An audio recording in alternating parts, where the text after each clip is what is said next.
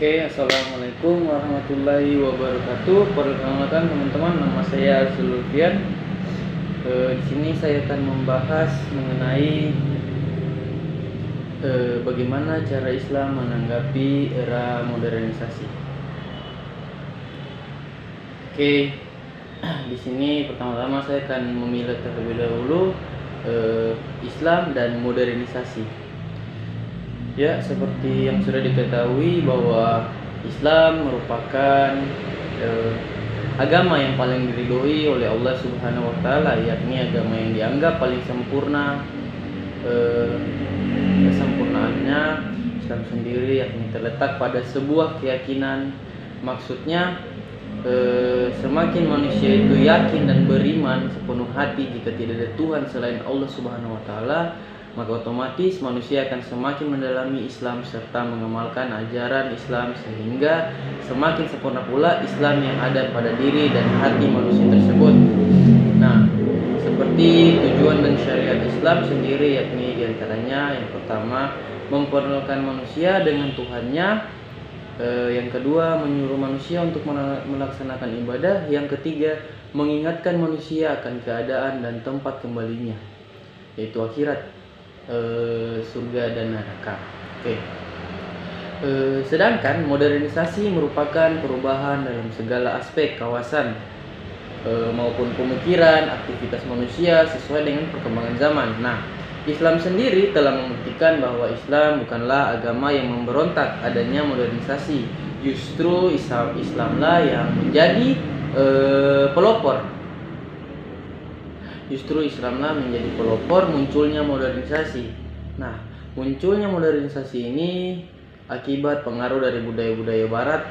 Jadi tidak kaget jika gaya dan pergeseran sikap serta mentalitas masyarakat Indonesia, terkhususnya dalam Islam sekitar, yang meniru gaya hidup kebarat-baratan. Nah, pada saat itu umat Islam kebingungan ketika dihadapkan dengan munculnya modernisasi ini.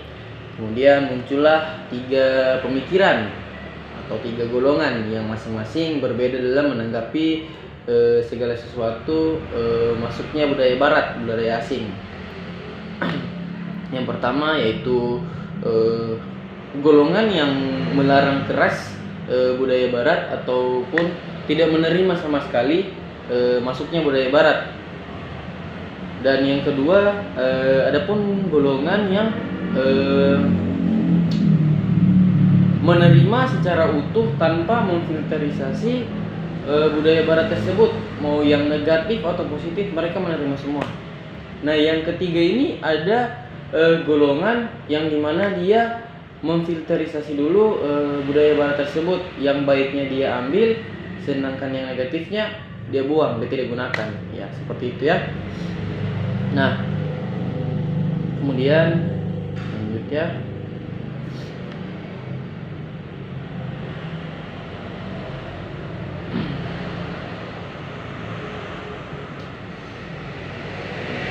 Islam merupakan agama yang sangat menghargai segala perbedaan, entah itu perbedaan cara pandang, cara bertindak maupun cara berpikir manusia. Oleh karena itu, pandangan pemikiran serta sikap manusia terhadap modernisasi sangatlah dihargai dalam Islam, asalkan harus tetap sesuai dengan nilai-nilai dalam syariat Islam.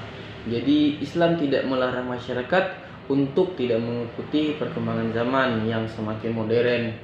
Malahan Islam sangat menganjurkan untuk mengikuti adanya era modernisasi ini, akan tetapi tetap dalam naungan nilai-nilai syariat Islam serta tidak menyalahi norma-norma Islam itu sendiri. Oke, kita masuk di modernisasi ala Islam Nusantara. Oke, nah, modernisasi di Nusantara sangat mempengaruhi proses perubahan sosial kehidupan masyarakat yang selalu mengikuti perkembangan zaman. Modernisasi di sini juga sering disebut dengan westernisasi. Kenapa? Karena memang hampir semua teknologi yang masuk ke Nusantara berasal dari dunia Barat. Modernisasi ala Islam Nusantara dapat diartikan dengan tetap menjaga nilai-nilai budaya tradisional yang sudah ada dan pula tidak menutupi diri dari maraknya modernisasi. Sebenarnya segala sesuatu itu pasti memiliki dampak baik dan buruknya ya. Begitu juga dengan halnya modernisasi. Modernisasi membawa manusia pada kemajuan berpikir yang lebih cepat dan mungkin lebih canggih. Nah, yakni dengan bantuan teknologi,